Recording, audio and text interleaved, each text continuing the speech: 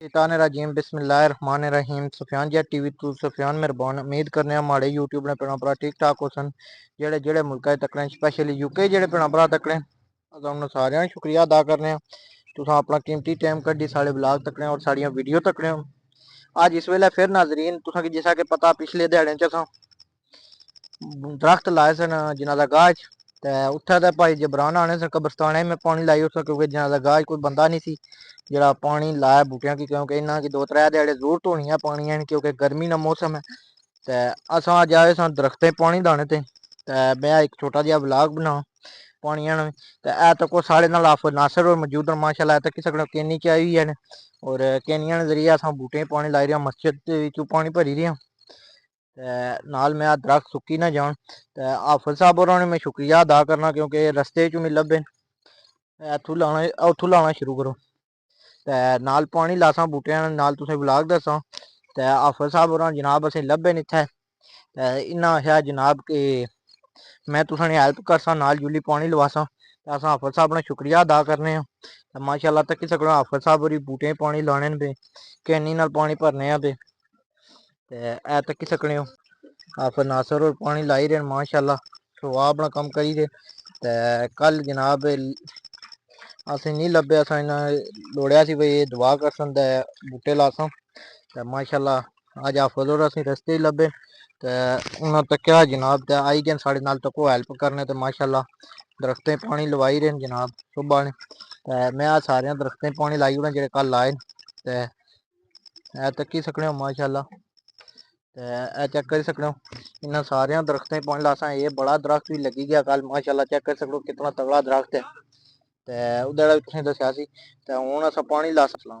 अस्सलाम वालेकुम। वालेकुम सलाम। क्या हाल है भाई शमरेज ठीक हो सही है ठीक है जी ठीक ठाक अपनी सुनाओ सही ठीक है ठीक ठाक शुक्र भाई सुफियान ने बहुत नेकी ने कम किया जनाब जनाब गाह बूटे लाए ने पानी शानी हाफिज नासर होर नाल लगे हुए और कोई साड़ी हेल्प की जरूरत है ना ना बड़ी मेहरबानी भाई हाज़र हाँ ते पानी रफा लाना अमन कम है तुसां जनाब ये मेहरबानी है जी बाल्टी देई ओड़ी है ते जनाब पानी लाई रहे जनाब ते कोई तुसां नहीं तुसें शुक्रिया जेह्ड़ी कुसै चीज़ें दी जरूरत है दसो जनाब असां इत्थै गमांड रहने ते होर भी अगर कोई हेल्प की जरूरत है माड़ी हेल्प की जरूरत है वो भी करने ते त्यार हाँ ते बाकी है बहुत अच्छा कम है जी ये सारे बंदे वास्ते होना चाहिए ते बाकी है कोई भी है किसी पर कोई बंदे सान नहीं है रफा अमन कम है सारे इत्थै अच्छन एक असां लोगों वास्ते एक अच्छी चीज़ है जनाजा गाह फसल रड़ी जाने जी कोई जनाजा पन्ने जगह नहीं होनी बहुत जफर होनी अल्लाह मैंने इतना अजर दै इस चीज़ा जितना सामना हुआ जनाब उन्होंने इस चीज़ ने किया अपनी जगह वकफ की ये बहुत बड़ा एक करनामा सर अंजाम दिता उन्होंने ठीक है। तो बाकी ये है जनाब ये बड़े दिलै ना कम होना हर बंदा ये कम नहीं करी सकना ठीक है। बाकी अल्लाह उन्होंने भी स्वाब दै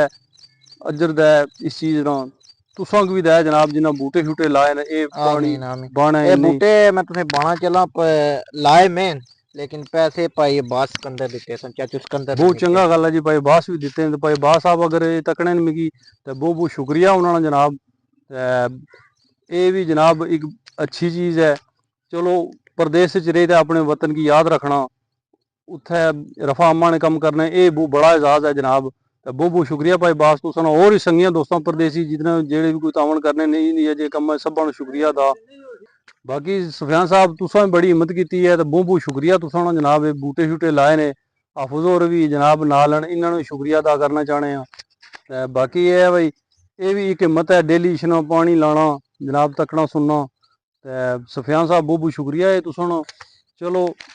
अल्लाह इस चीज़ ने तुसा भी अजर दै हाफिज होरें अजर दै भाई बास होरें भी अजर दै और जितने परदेसी भाई सारे शुक्रिया अदा करने जनाब जी उम्मीद करने अज ब्लाग नाजरीन पसंद आया इंशाल्लाह नवे ब्लाग नाल मिलसा। हुण हाफिज होर कल्ले पानी लाने ते मैं थोड़ा रेस्ट करी गिंदा हुण हाफिज साहब होरें नाल होई पानी लवासा ते इंशाल्लाह नवे ब्लाग नाल मिलसा। अपने भ्राऊ सुफियान मेहरबान की इजाजत दियो ते खुदा हाफिज अल्लाह पाक तुसें अपने हिफ्ज़-ए-मानी रखे आमीन।